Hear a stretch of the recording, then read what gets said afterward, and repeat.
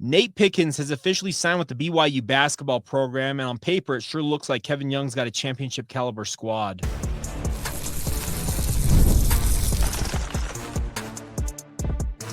You are Locked On Cougars, your daily podcast on the BYU Cougars, part of the Locked On Podcast Network, your team every day. What's up, everybody? Welcome into Locked On Cougars, your daily podcast focused on the BYU Cougars. I'm Jake Hatch, resident BYU expert and insider, 13-year credentialed BYU media member, and I am also the executive producer of the KSL Sports Zone. Thank you once again for making Locked On Cougars your first listen of the day, and thank you to all of you who we like to call our everydayers right here on your original daily podcast focused on all things BYU sports. Today's show is brought to you by our friends over at Amazon and their Fire TV Stick 4K. Turn any TV that you want into your Xbox. Think about that. No console needed. Head to Amazon.com/Fire TV Locked On to learn more now. All right, coming up on today's show, we're talking about BYU basketball. They have essentially filled out the entirety of their roster for next season. How good is it actually? We'll dig into that. Then we're going to talk BYU football. Are they the most disrespected top 10 team in the entire country? And I'll explain more as you roll on. And we'll finish up today's show with your questions, our weekly insider group Q&A mailbag section as well. All right, so right out of the chute, let's talk BYU basketball. Nate Pickens from UC Riverside signed with BYU officially. And yes, I know that Kennard Davis Jr. is still out there and has not officially signed with BYU, but expecting him to sign at any point now, I would fully anticipate that happening because he is obviously going to be a big part of this for the BYU basketball program. I'm going to reiterate what I said in the open. Kevin Young has a championship caliber squad. Why would you proclaim such things, Jake? Well, here's the deal. The more I look at what Kevin Young has done with this roster is that he has surrounded a top-tier prospect, a top-tier talent, and AJ Dybantsa as a true freshman coming into college basketball with guys who are going to accentuate and help make up for where he might lack. The thing about AJ is if you believe the reporters out there and people that have covered him a whole lot more than I have, and I feel like I've covered him a decent amount on this podcast, but legitimately people who go to tournaments and the games that he plays and watch him with a keen eye, they say that he is an absolutely dynamic prospect. And in many respects, if he were in this year's NBA draft, there are franchises out there in the NBA that would take him over Cooper Flagg. That may be crazy to hear, but that's the reports out there on what AJ is. Now, the other concern was when he originally signed with BYU, you had a couple of people reach out to me, and you know who you are. We had discussions about this. She said, hey, freshman talent doesn't win routinely in the NCAA. You need to have vets. You need to have veteran players, upperclassmen that can come in and help lead the way. Yes, more often than not, programs that feature, let's say like Michigan, the Fab Five, they don't win. Unlike the Fab Five. The Fab Five were absolutely dynamic, but they were a bit of an anomaly as compared to what the rule of thumb is in college basketball. The thing I look at with a guy like AJ Dybantsa is I harken back, I think it was the 2003, might be wrong about that, 2003 Syracuse Orange. Remember, that was Jim Boeheim in his prime. He had this young hotshot freshman by the name of Carmelo Anthony, who ended up being the best player on an otherwise fairly veteran-laden squad with Syracuse. And they went on and won a national championship. We all know that Melo went on to be an incredible Hall of Fame caliber player in the NBA. I'm getting some vibes of that with this Kevin Young-led second year of his tenure at BYU. AJ Dybantsa should and could be the best player on BYU's roster this year, and that includes a guy like Richie Saunders. It just so happens they have another premier talent in Richie Saunders on this roster. Then look at all the other pieces around them. They are veteran players. The guys that BYU has brought in, by and large, are guys who are upperclassmen, have a lot of experience at the collegiate level, and, oh, by the way, they do things that will, like I said, accentuate and help make up for the deficiencies that AJ is likely to have as a freshman player.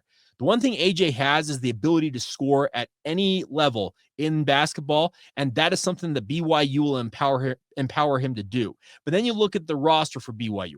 Robert Wright III as a point guard, his whole goal in this offense is obviously to tee up guys like Richie and AJ and let them score. He's also supposed to make Keba Keita an even better lob threat. And then if anything else breaks down, guess what? A guy like a Tyler Miras or a Richie Saunders will probably be posted up in the corner. You kick it out to them, and they drop a three in your eye, and all of a sudden you're off and rolling.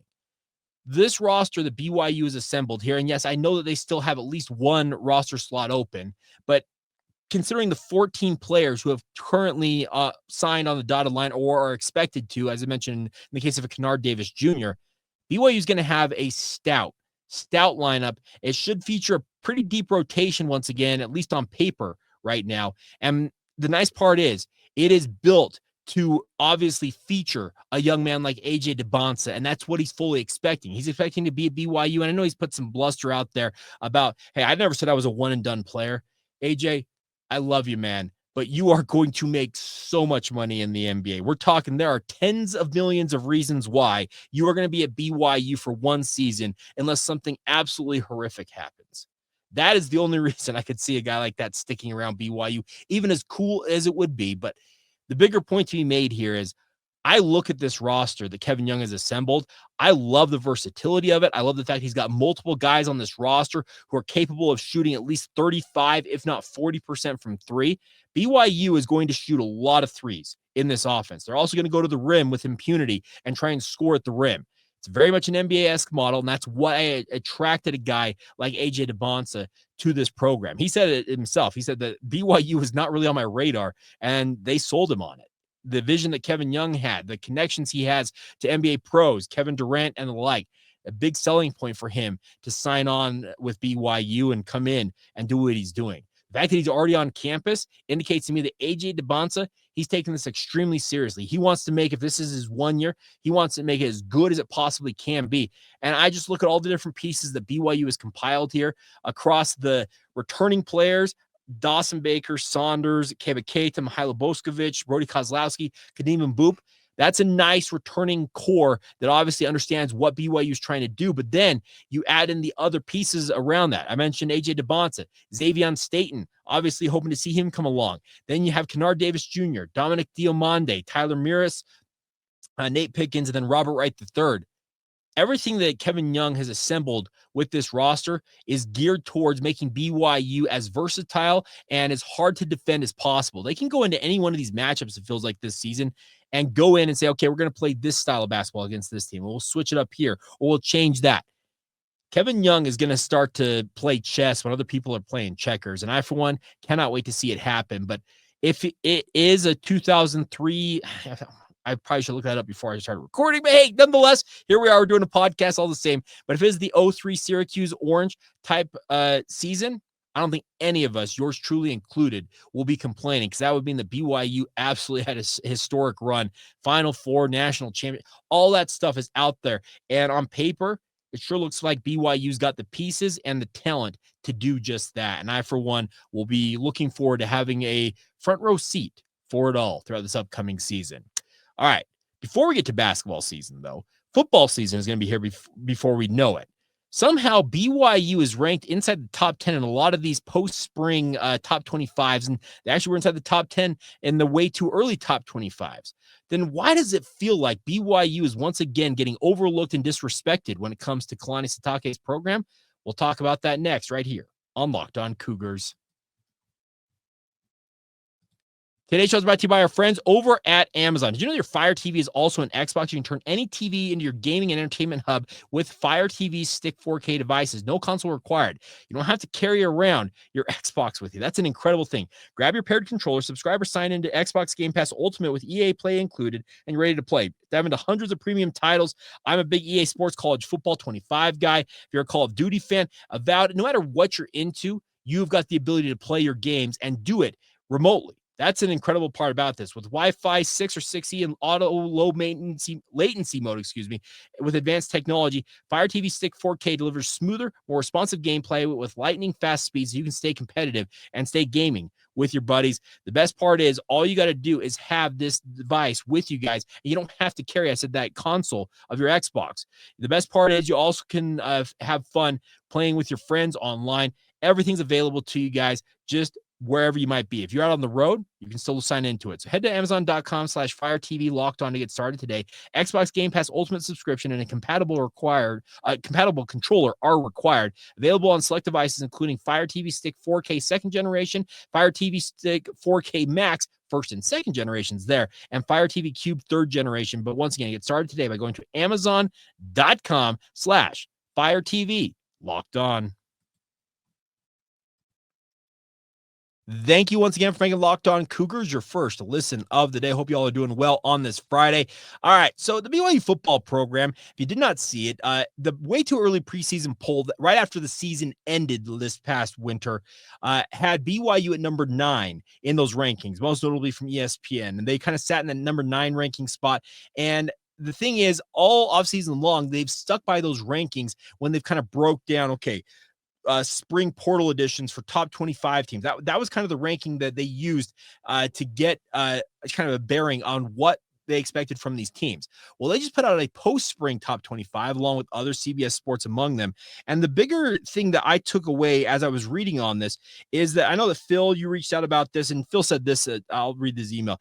ESPN's ranking has BYU at the top. My question is, why wouldn't the Big 12 have BYU at the top? Is ESPN selling clicks? Are big voters or our Big 12 voters will know more than this, talking about BYU being number 9 and expecting that BYU in the Big 12, they very well may not be the favorite in the Big 12 conference this fall. I think I butchered that, but I think you get the point.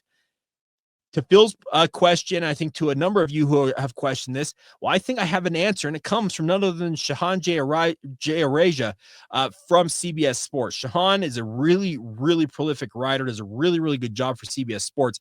He did a post-spring, essentially, thoughts on every Big 12 team, and this is what he wrote about the BYU Cougars earlier this week. He says the Cougs are, and in parentheses, still America's most underrated team. Imagine a team that went 11-2 and beat a college football playoff opponent on the road. Now imagine that team brought back their starting quarterback and the vast majority of their production. Shouldn't that team be a lock for the top 10?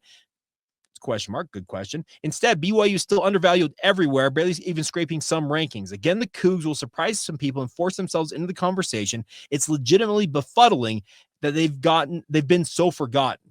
Now, they haven't been forgotten at ESPN because, as I mentioned, they're number 10 in the rankings there. Now, they did this saying that Keelan Marion was coming back. We all know that he's gone, but ignoring that fact, he says this is from Mark Schleybaugh. The Cougars came close to making the CFP last season with Retzloff, Martin, Roberts, and not Marion returning. They should be more explosive on offense. The Cougars will also have to replace 3 starting offensive linemen. Isaiah Jada as well as Andrew Gentry are ready to take over at tackle there. BYU is searching for more depth on the defensive line where Anavasa and Akana were competing for starting jobs. Speaking of Tausili Akana, the linebacking core suffered a blow when returning starting middle linebacker Harrison Taggart transferred to California in the spring. The group is still in good shape with Glasser and Kelly returning. Wall and Johnson, speaking of Tanner Wall and Evan Johnson, lead a very experienced secondary. And that's what they talked about BYU being number 10 in these rankings. I agree, though, that what a guy like Shehan is saying is that how in the world does BYU get this pub as being a top 10 team in these polls? But it feels like in many respects, if you hear people talk about the Big 12, they talk about Kansas State. They talk about teams like Utah rebounding. There's so much conversation about everybody, it feels like, in the Big 12 who's a contender outside of BYU. Now, I understand that I'm doing a BYU-centric podcast. I understand that I'm going to come off a little homerific here, but the bigger point to be made is it sure feels like BYU is being thought of as a one-year flash in the pan, a fool's gold, as it were, with their 11-2 record. Yes, BYU benefited from the bounce of the ball going their way a little bit. Yes, they benefited from staying really healthy last year. Yes, they were actually incredible in a lot of one-score games for most of that season. And yes, they came oh so close to making the Big 12 title game and having that chance to go to the college football playoff. They did beat SMU on the road, and for whatever reason, once BYU ran roughshod over Colorado in San Antonio, the tweets are flowing. Hey, maybe BYU should have been in the college football playoff.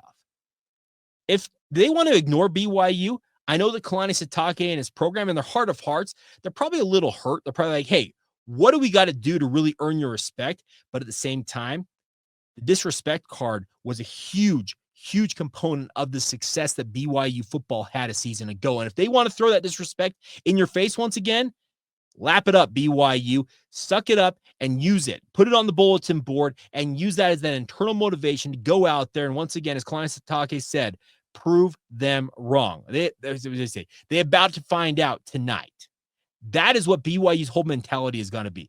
There are people out there in the national media that want to apparently ignore BYU, and there are a lot of fan bases as well in the Big 12 who want nothing more than to tear BYU down. It's been readily apparent if you've been paying attention on social media. Those of you who are not on social media, good on you. You're ignoring and you're not having to deal with all the nonsense that's out there. I'll just insert that little tidbit. But the point remains is that if they want to ignore BYU and overlook them and once again think that they are a one-year wonder and a flash in the pan, great. Go ahead and believe that. I know that Jake Retzloff, he and his the other team captains who are over in Israel right now, they're going to be doing a clinic over in Israel, I think on Sunday, if I recall correctly. Over there, guys like Tanner Wall, Waylon Lapuaho, Chase Roberts are all over there with him. I think Taylon Alfrey as well. It's a really cool thing, and that's getting some extra pub for BYU publicity doing that clinic over in Israel. But I think if these players are going to, you think they're going to get fat and happy over what happened a season ago, you think you're dead wrong. The gist of what I got talking to guys during spring camp, the conversations I had with coaches, you can tell this is a program that is still supremely motivated to go out there and assert themselves as a true power in the Big 12 conference. They want to be that big dog, as we've talked about a lot recently from comments that we have heard in the media, that BYU wants to be the big dog, but they want other people to acknowledge that BYU is the big dog for them. They don't want to be puffing their chest out and saying, look at us. You know how you do that? You use stuff like this. If you're going to be disrespected in a top 25 or a post-spring top 25, that some of them, are ignoring BYU. And there's a lot of other people out there projecting that there's a number of other teams out there, Arizona State, as I mentioned, Kansas State, Iowa State. There's a bevy of different programs that are considered to be Big 12 contenders. And for whatever reason, BYU seems to get ignored in that chatter. Hey, that's great. And I think that Kalani Sitake, he will use that and he will point it out to his guys. Hey, once again, they don't believe in you guys. Go out there and get after it. I loved last year when they put out that video from the strength staff. I don't remember if it was Christian Tupou or whichever coach it was. And they were doing stadium runs. They were running up the aluminum bleachers there at Lavelle Edwards Stadium. It says, you guys want to go 5-7 again? Keep doing what you're doing. You want to have a better year? You got to step it up, essentially. And BYU stepped it up. There's no doubt. They went from 5-7 to 11-2. And they were, it seems like a fluke play or three away from playing in the Big 12 title game and playing for the college football playoff. Well, I think that last year showed how razor thin the margins can be in terms of living your dream and just missing out. And I think that this BYU football team, they have every intention of living those dreams this season. And if it's going to take them getting at least the feeling of disrespect once again, that's great. I do think that BYU at worst will be a top 4 team when it comes to the preseason media poll, but I don't expect them to be the favorite. Honestly, I do not expect that. Like I said, the chatter out there, I pay attention to a lot of it. I'm terminally online, as I like to say, and it sure seems like the chatter is that it seems like everybody else has a chance to be a contender instead of BYU. Maybe I'm wrong about that because there are some people who are proponents of the Cougars. I get that. I think Shahan J. Arasia is one of those guys who would raise his hand and say that. But I think the bigger point is there's a lot of people out there who still think that BYU may have gotten by with lucky bounces and the like last year. And so be it. If that's what they believe, you got to go out there if you're BYU and essentially shove their face in and say, nah, that ain't it. We were legitimate. We are that good. And I'm looking forward to it. I really do think that this BYU football team, they have got a lot of internal motivation already because, as I mentioned, they feel like they missed out on such a big opportunity last year. But if you want to throw more bulletin board material their way, the more the merrier. They will use all of it to help them propel themselves, hopefully to the top of the Big 12 once again this season. All right. We will step off that soapbox, and then we're going to talk about what you want to talk about. We do this every week on the podcast. It's our weekly insider mailbag, answering as many questions that have been coming in via social media, via email, all the different things you guys have reached out about this week. We'll get to it next as you roll on right here on Locked On Cougars. Today's show is brought to you by our friends over at Monarch Money. Now, Monarch Money is here for you guys to save you money. The best part is I think a number of us have looked at our bank accounts at times and said, Where in the heck did all my money go? Well, between online shopping, entertainment, dining out, and a bevy of other options out there, it's easy to lose track of that money. And that's where Monarch Money comes in as your personal CFO, giving you full visibility and control over your finances. It's not just a budgeting app. It's a complete financial command center, tracking all of your accounts, investments, and spending in one place. So you stop just managing your money and actually start building legitimate wealth. I think all of us would like to have legitimate wealth. The best part is when you start using Monarch, you realize how much you're spending on literally everything, but particularly food. And now you can budget smarter and save more along the way. You also can manage money with your partner out there. Can cause a lot of strife when you're trying to manage money between multiple people. Well, guess what? This has it right there in front of you. You both can see it and you can budget accordingly. So take control of your finances today with Monarch Money and use the promo code LOCKEDONCollege for 50% off your first year at monarchmoney.com. That's promo code LOCKEDONCollege at monarchmoney.com for 50% off your first year. Once again, head over to monarchmoney.com and get 50% off your first year by using that promo code LOCKEDONCollege. Thank you once again for making Locked On Cougars your first listen of the day. If you have not done so already, sign up for the Locked On Cougars Insider Group to give you the access to be able to ask the questions we're going to talk about as we wrap up this edition of the podcast. But interesting questions that came in, and I actually have some holdovers from last week as well. So first one we're going to start off with, because it was a bit in jest, but it made me chuckle all the same. Peter asked this: how many boxes of tissues will you fans go through trying to lie about tampering allegations? I would say a Costco pallet size full, if not more than that, Peter. I'm being facetious as well, but yes, there's been a lot of whining from a certain fan base north of us, and yes, they have loved to rip BYU for the so-called tampering. All right, Josh has got a series of questions here. Number one, what was the loudest sporting event you have attended in person? Good question. I've been some of them in the Delta Center because that place is just absolutely nuts. I had really loud experiences at Lavelle Edwards Stadium, obviously, but I will say the loudest I can remember, it's probably at Tennessee. I know that's 100,000 people there at Neyland Stadium, but when BYU silenced that place, it was in such stark contrast to what it was just a few moments before when it was at full throat, 100,000 plus Tennessee fans just going nuts. So I'll give you Neyland Stadium. I'll also give an honorable mention to Camp Randall. I think it was a really cool place. One of the quietest places, Notre Dame. I was there at the Notre Dame game I went to. I was BYU. Was the one that Cody Hoffman could have won the game, and Nelson overshot him. But nonetheless, that was not the raucous environment I expected at Notre Dame. Nonetheless, the most underrated BYU football player of all time is, good question here. Oh, underrated. I will say, man, Ronnie Jenkins, in a way, even though Ronnie didn't finish his career at BYU, so maybe that doesn't count.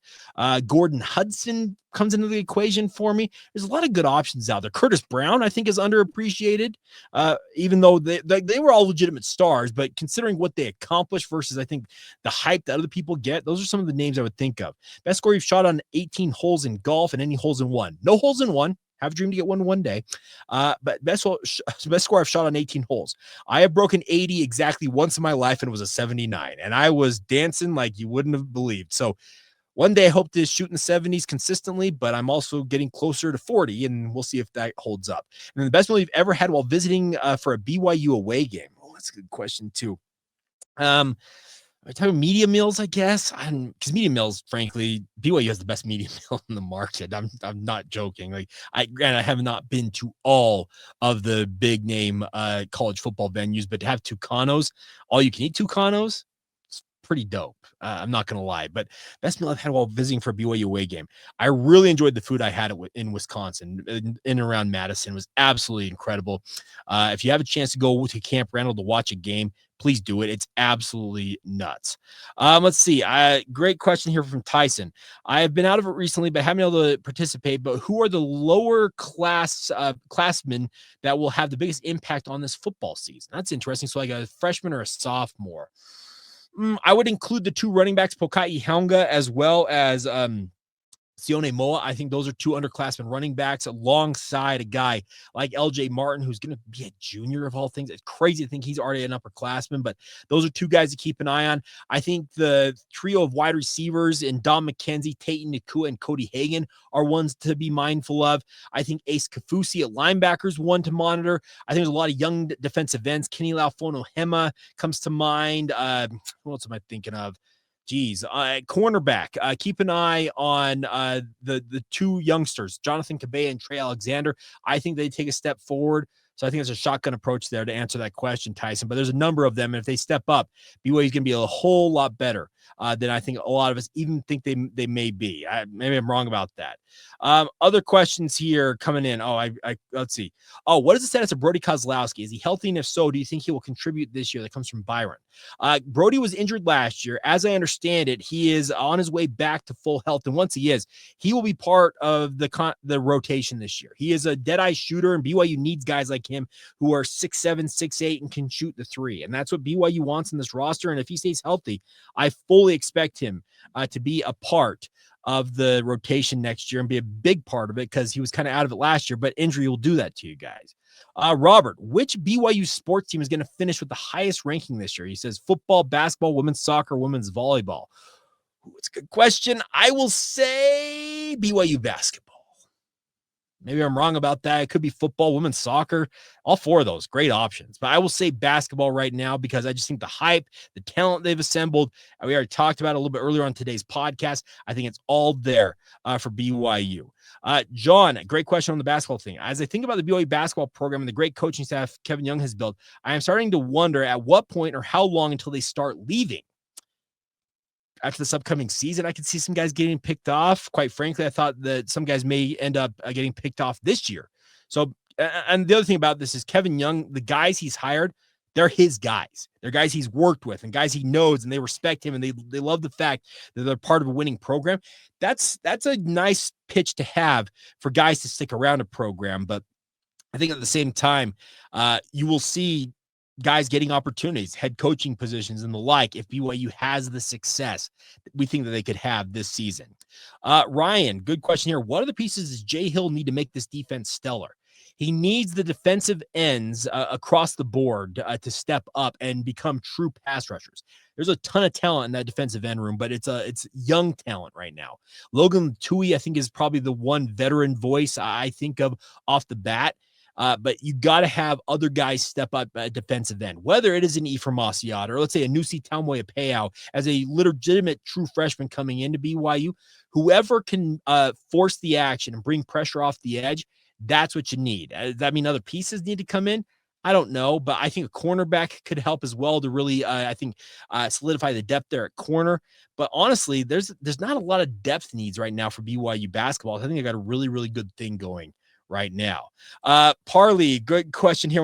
When the report came out about Nate Pickens signing, well, we are looking at our 2026 national championship roster. He did a sort of emoji, like kind of like, hey, I'm winking at you, but it's a good point there. There's a ton to be excited about for BYU. Roger, I keep seeing these dudes on X or Twitter that root and follow for the Utes accusing BYU of tampering with other schools' players. They claim to have sources, which why would a Ute have sources about BYU? I know that tampering is a part of the game every school is playing right now, but do these dudes have a legitimate claim, or are they full of it? I think that they have proof, but here's the deal. If you have that proof, why are you not putting it out there? And why are the universities that you root for, like Utah, why are their coaches not going to the NCAA? Nobody wants to air the dirty laundry. I've said it before. I'll say it again. There's brinksmanship. Everybody who says that they want to release the names, but they don't actually do it, because if they do, they open themselves up to getting, in college football terms, nuked by their opponents who say, hey, you think you're being dirty? Guess what? We got the receipts over here for you as well. That's the other thing about it, is nobody wants to actually get called out and have everything out there that they don't want out there. Sione, good question here. With all the talent that is in the SEC and the Big Ten, with as much money as our boosters, speaking of BYU, willing to pay, why are we only poaching from our poor Big 12? Good question, Sione.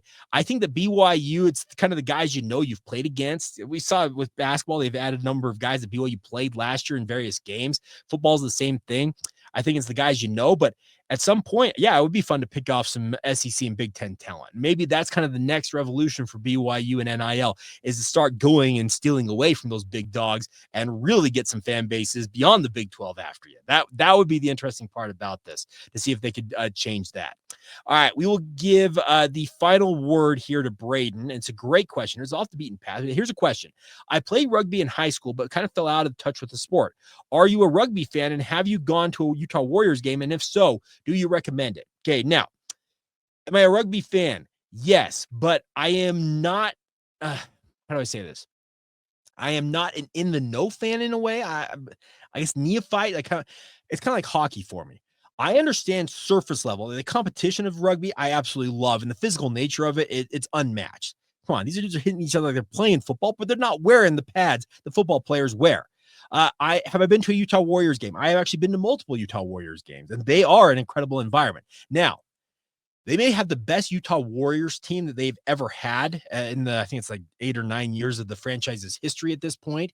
This year, they're atop the Western Conference, and they are absolutely rolling. And have I been to a Utah Warriors match this year? No, I have not, but I have hopes to rectify that very, very soon, because they look really, really good. So yes, I am a rugby fan, but I cannot proclaim to be a rugby expert, because I'm not.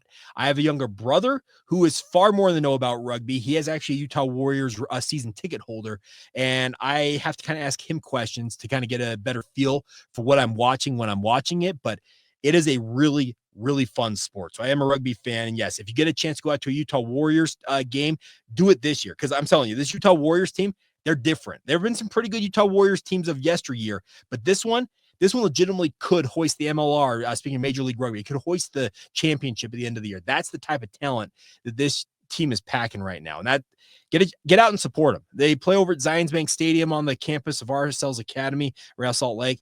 And it's a really, really fun environment. And I think it's growing in popularity, but I think they always would love for more fans to show up. All right. That's going to do it.